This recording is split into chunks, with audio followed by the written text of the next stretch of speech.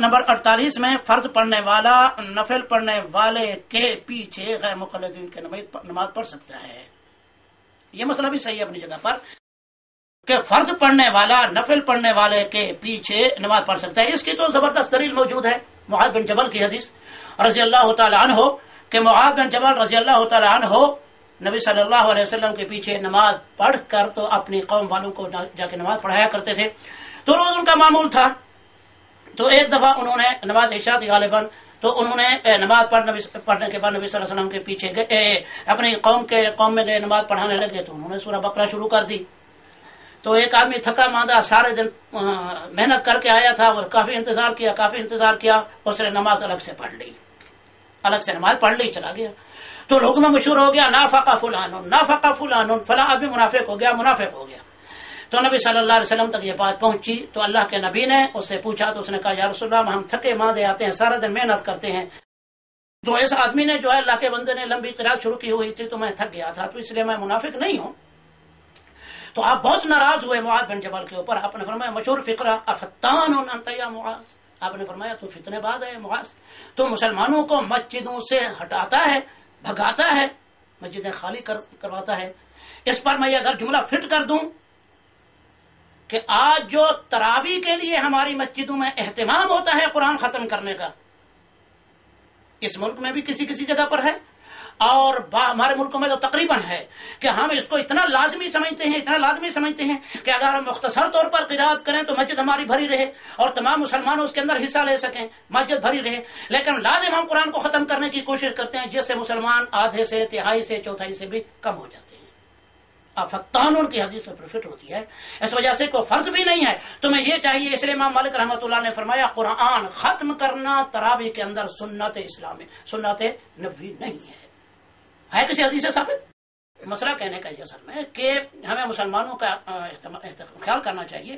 اس وجہ سے ہمارے اوقاف کی طرف سے بھی ہمیں ہدایت ملتی رہتی ہے کہ تم نماز تخفیف سے پڑھایا کرو، خاص طور پر جس وقت دیکھو کہ لوگ جو ہیں نہیں، مقصد یہ ہے کہ لوگ وہ نہیں ہے وہ چیز لوگوں کے اندر. تو اس لیے جتنا مسلمان تمہارے پیچھے مل کر نماز پڑھیں گے مسلمانوں کو فائدہ ملے گا. اگر تم لمبی نماز کرتے ہو تو اس وجہ سے مسلمان جو ہیں وہ عام طور پر نکل جائیں گے. تو اس وجہ سے تمہیں مسلمانوں کا خیال کرنا چاہیے، مختصر سے نماز پڑھانی چاہیے اور بات معقول بھی ہے.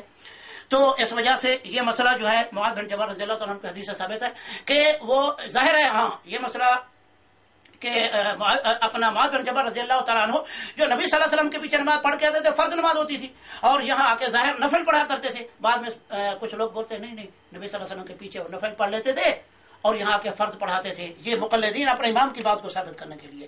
اب ان سے پوچھا جائے مسجد نبوی کے اندر جس کے اندر 1000 نماز کا ثواب ہے، اسی طرح ہے نا 1000 نماز کا ثواب ہے، اور پھر اللہ کے نبی کے پیچھے وہ یعنی مطلب نفل پڑھ کے آئے معاذ اور اپنی مسجد میں جس میں 25 یا 27 درجے جماعت کا ثواب ملے وہاں کے فرض پڑھے. معقول ہے یہ بات؟ سوال پیدا نہیں ہوتا. اللہ کے نبی کی مسجد میں 1000 کی نماز والی مسجد میں پھر نبی صلی اللہ علیہ وسلم کے پیچھے فرض کو ترک کرے اور وہاں نفل کی نیت کرے اور آگے یہاں فرض پڑھے، غیر معقول بات ہے. تو اس وجہ سے بہرحال یہ معاذ رضی اللہ تعالیٰ عنہ کا جو عمل ہے یہ ظاہر اس بات پر ہے کہ رضی اللہ تعالیٰ عنہ کے نبی صلی اللہ علیہ وسلم کے پیچھے فرض پڑھا کرتے تھے اور اس میں آ کے یہاں وہ نوافل پڑھا کرتے تھے. اس میں امام احمد رحمۃ اللہ علیہ کا قول بھی انہیں حنفیہ کی طرح یہ ہے کہ ایسے امام کے پیچھے جو نابالغ ہے اور جس کی نماز فرض نہیں ہے اس کے اوپر جو بھی نماز وہ پڑھتا ہے وہ نفل نماز اس کی ہوگی، اس کے پیچھے نماز فرض جائز نہیں ہے. امام احمد کا بھی مسئلہ ہے، معلوم ہے آپ کو. اس لیے امام احمد رحمۃ اللہ علیہ نے وہ عمرو بن سلمہ والی حدیث جو صحیح بخاری میں ہے، امام احمد یہ بخاری کا مطلب کہتے ہیں یہ شافعی ہے، امام بخاری جو ہے یہ حنبلی ہے، امام بخاری جو یہ مالکی ہے، فلاں امام. اور صحیح بخاری پڑھ کے دیکھو کتنے ابواب کے اندر کبھی مالکی کا رد کر رہا ہے اور کسی باب کے اندر شافعی کا رد کر رہا ہے اور کسی کے اندر حنبلی کا رد کر رہا ہے، حدیث رسول پیش کر رہا ہے اور صحابہ کرام کے اقوال اور تابعین کے اقوال پیش کر رہا ہے. حافظ ابن حجر پڑھو فتح الباری، لکھتا ہے حافظ ابن حجر یہاں مالکیہ کا رد ہے کیونکہ حدیث سے یہ مسئلہ ثابت ہو رہا ہے کہ مالکیہ کا قول اس کے خلاف ہے اور اس فلاں جگہ پہ امام بخاری یہ باب قائم کیا شافعیہ کا رد ہے، فلاں مسئلے پہ یہ امام بخاری پیش کر رہا ہے یہ حنبلیہ کا رد ہے، حنابلہ کا رد ہے. ہمارے محدثین تو واقعی غیر مقلد تھے. اللہ تعالیٰ ہمیں یہ تمہارا دیا ہو لفظ اللہ تعالیٰ بھی ہم تو قبول کرتے ہیں اس کو جو ہے اچھا لفظ ہے، جس طرح وہابی تم نے لفظ ہمیں دیا نا، اللہ ہمیں صحیح وہابی بنا دے اور صحیح معلوم ہے ہمیں اللہ تعالیٰ غیر مقلد بنا دے۔ تو بہرحال کہنے سے مطلب یہ ہے کہ اس مسئلے کے اندر ہاں امام احمد کا میں عرض کر رہا تھا، تو حالانکہ صحیح بخاری کی حدیث ہے، عمرو بن سلمہ رضی اللہ تعالیٰ عنہ نبی کریم صلی اللہ علیہ وسلم کی زندگی میں کہتے ہیں میں 6 یا 7 سال کا جو میں یعنی لڑکا تھا، تو جب میرے والدین یا گھر والے اپنے یعنی بستی والے جب نبی صلی اللہ علیہ وسلم کے پاس سے آئے تو انہوں نے بولا کہ اللہ کے نبی نے بولا کہ تم اس آدمی کو امام بنا دینا جو تم میں سے زیادہ پڑھا ہوا ہو۔ تو کہتے ہیں چونکہ ہم راستے پہ رہتے تھے، لوگ آتے جاتے تھے، تو میں چھوٹا لڑکا تھا، ذہین تھا، تو اس لیے میں لوگوں سے مسلمانوں سے آ کے جو آتے جاتے تھے تھوڑا ٹھہرتی تھے تو میں ان سے قرآن تھوڑا سن لیتا تھا، یاد کر لیا کرتا تھا۔ تو اس لیے جب ان لوگوں نے دیکھا میرے بڑے بزرگوں نے وہی قرآن اس کو زیادہ یاد ہے، کہتے ہیں کہ میں 6 یا 7 سال کا تھا، انا ابن 6 و 7 سنین، بولا تقدم نماز پڑھا، تو میں ان کو نماز پڑھاتا رہا۔ حنفی کیا کہتا ہے معلوم؟ اور امام احمد بھی یہ کہتا ہے اللہ کے نبی کو اطلاع نہیں ملی، نہ اللہ کے نبی کے حکم سے نہیں تھا، امام احمد کا یہ قول ہے، حالانکہ صحیح نہیں۔